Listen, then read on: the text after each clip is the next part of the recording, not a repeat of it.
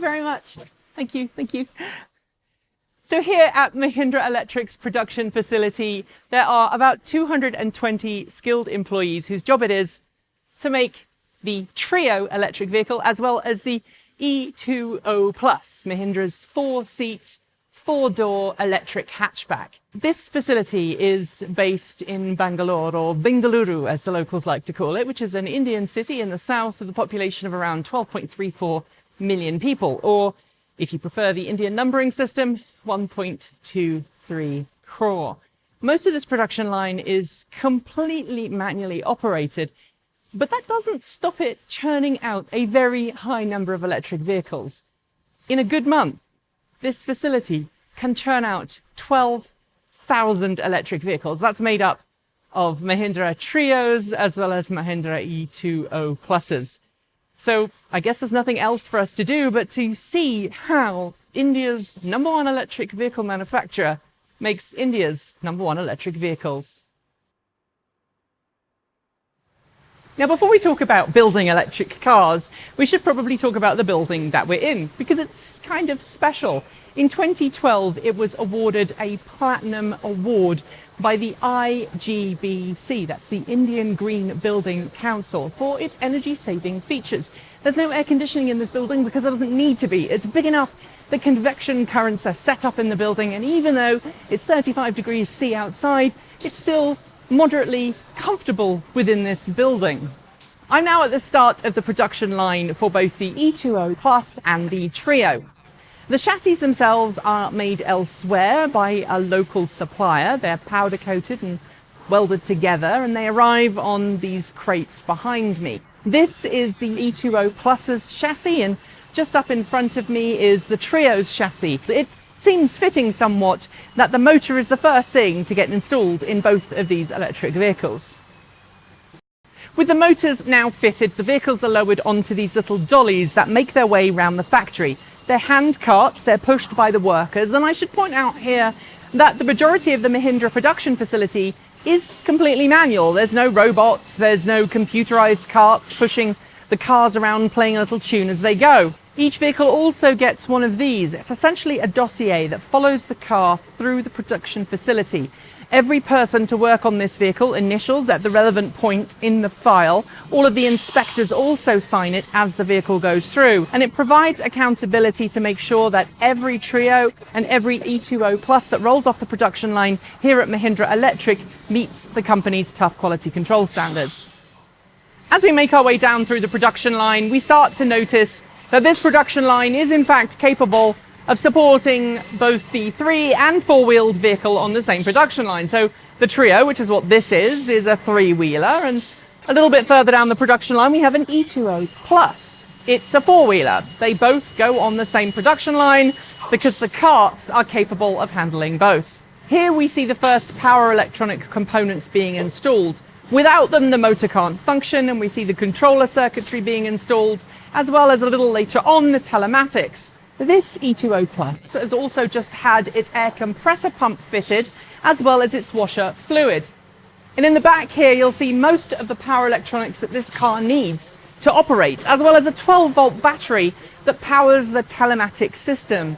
Yeah, you heard me. Every single Mahindra electric vehicle has a very sophisticated onboard telematics system that allows fleet operators, individual owners, and rideshare services to know exactly what's going on with their vehicle or vehicles at any point in a given day. You can remote start, stop charging. If the car has air conditioning, as in the case of the E20 Plus, you can turn that on. You can even unlock it if it has doors, which the Trio doesn't. With the power electronics installed, we're now at a point where we're starting to see the battery packs being installed. And here, a Trio is getting its battery pack. The battery pack sits underneath where the driver's seat would be in both vehicles. The battery packs themselves are lithium-ion battery packs. They've been developed over the last 10 years. Mahindra Electric's been making electric vehicles commercially for that period of time, and it gives it some of the highest data acquired across the entire electric vehicle industry. By now we're starting to see some of the ducting and control systems going in. Brakes have already been added at this point, brake pedals, And final wiring is taking place for the power electronics and telematics system. Now this station is super important because the next station turns on those systems for the very first time. It's at this point that engineers hook up a computer to the car's onboard diagnostic port. This enables them to talk to the car's battery management system, the controller, and also the telematics system to make sure that they're all functioning correctly and they've all been programmed correctly with a vehicle identification number, which is added earlier on in the production process. We are just about halfway through the production process, but at this point, the vehicles split off in different directions despite being made on the same production line. That's because the Trio is relatively simple in its construction and it doesn't have air conditioning and some of the features that you would normally get in a regular car. That's because it's not a car, it's an auto. So it carries on down that way in the production line. E2O Pluses, meanwhile, they come off here and they get a few extra bits added. They get the air conditioning system added, which is right here. And they also get their molded exterior body panels bonded to the chassis.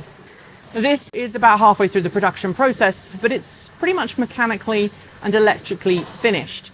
It's just waiting for its interior. It's got its exterior body panels, which have been bonded to the chassis. There's been seam sealer put in to ensure that there's no water ingress into the chassis. Everything is sealed up from a mechanical point of view. Everything is tightened up. The power electronics are on and active. We just need to add all of the things that you'd expect in a car. You know, like seats and seat belts and doors and windows. That's next. By now, these vehicles should look like the vehicles that they're going to turn out to be. The Trio is very unmistakable with its single wheel up front, and the E2O Plus looks like any other car that's nearing the end of the production process. As we make our way up the production line, we see things like lights added, dashboards, telematics, infotainment systems, which are different to the telematics and the power electronics. These are the things that allow you to interact with the car from the driver's seat. The rear tailgates are added, the charge port doors are added. They can either have one charge door if the car just has AC charging, or if it has rapid charging on the other side of the vehicle, they add a rapid charge port. Interestingly, the E2O Plus tends to only get rapid charging if it's a fleet vehicle. Private buyers tend not to get it. Here we see the seats being added, the doors, the windows, and the seat belts. And at this point, if you just looked inside, you'd just think this was a car awaiting delivery. By now, you'll start to notice these little tags appearing on the vehicles. This shows that they've passed quality control thus far. In terms of the production line for the Trio, you start to see the front and rear passenger seats being added, the driver's seat being added, and all of the exterior bodywork that has up to this point not been installed on the vehicle. As we near the end of the production line process, we start to see the steering wheel installed, the handlebars installed on the Trio, and at the very last station, the car is hoisted into the air and given the one thing it hasn't had to this point, wheels.